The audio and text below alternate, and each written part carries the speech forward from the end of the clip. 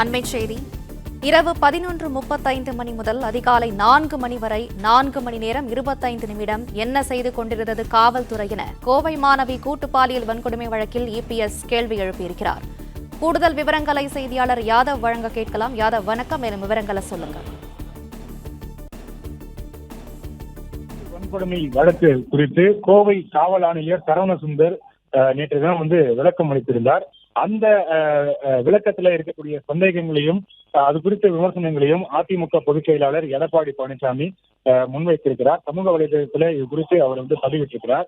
அவர் பதிவு செய்திருக்கக்கூடிய அந்த செய்தியில ஞாயிற்றுக்கிழமை இரவு 11:20 மணிக்கு காவல்துறைக்கு மாணவியின் நண்பர் தொடர்பு கொண்டு உதவி கோரியதாகவும் 11:35 மணிக்கு சம்பவ இடத்திற்கு வந்த காவல்துறையினர் மறுநாள் அதிகாலை 4 மணிக்கு தான் மாணவியை கண்டதாகவும் அதுவும் அம்மாணவி தானாக சேர்ந்ததாகவும் காவல் ஆணையர் தெரிவித்திருக்கிறார்.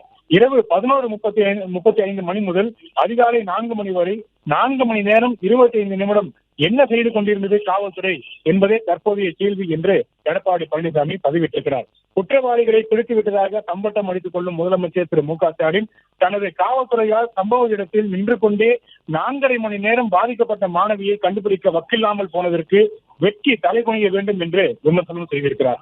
100 போலீசார் இணைந்து பெரிய தேர்தல் வேட்டை நடத்தியதாக காவல் ஆணையர் சொல்கிறார். 4.5 மணி நேரம் 100 போலீசாரால் சம்பவ இடத்தில் இருந்த பாதிக்கப்பட்ட மாணவியை கண்டுபிடிக்க முடியவில்லை என்பது அதிர்ச்சியாக இருக்கிறது என்று பதிவிட்டிருக்கிறார். காவல்துறையால் கண்டுபிடிக்க முடியாத இடத்திற்கு மாணவி எப்படி சென்றார் என்ற செய்தியாளர்கள் கேள்விக்கு சிறிய சுவர் ஒன்று இருந்தது, அதை தாண்டி சென்றதால் கண்டுபிடிக்க முடியவில்லை என்ற காவல் ஆணையர் சில நிமிடங்களில் மிகப்பெரிய சுவர் இருந்தது, அதை தாண்டி சென்ற அந்த மாணவி இருந்தார் என்று தனது கருத்தை மாற்றி தெரிவித்திருக்கிறார்.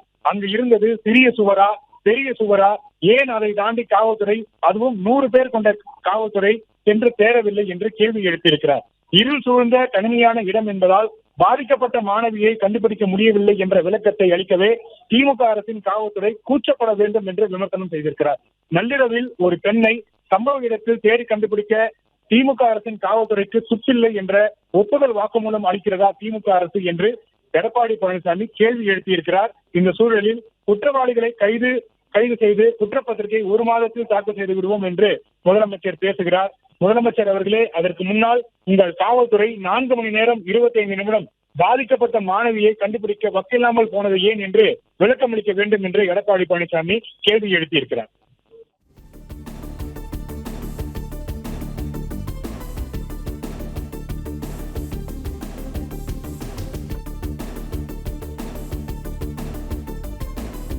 விவரங்களுக்கு நன்றி யாதவ்.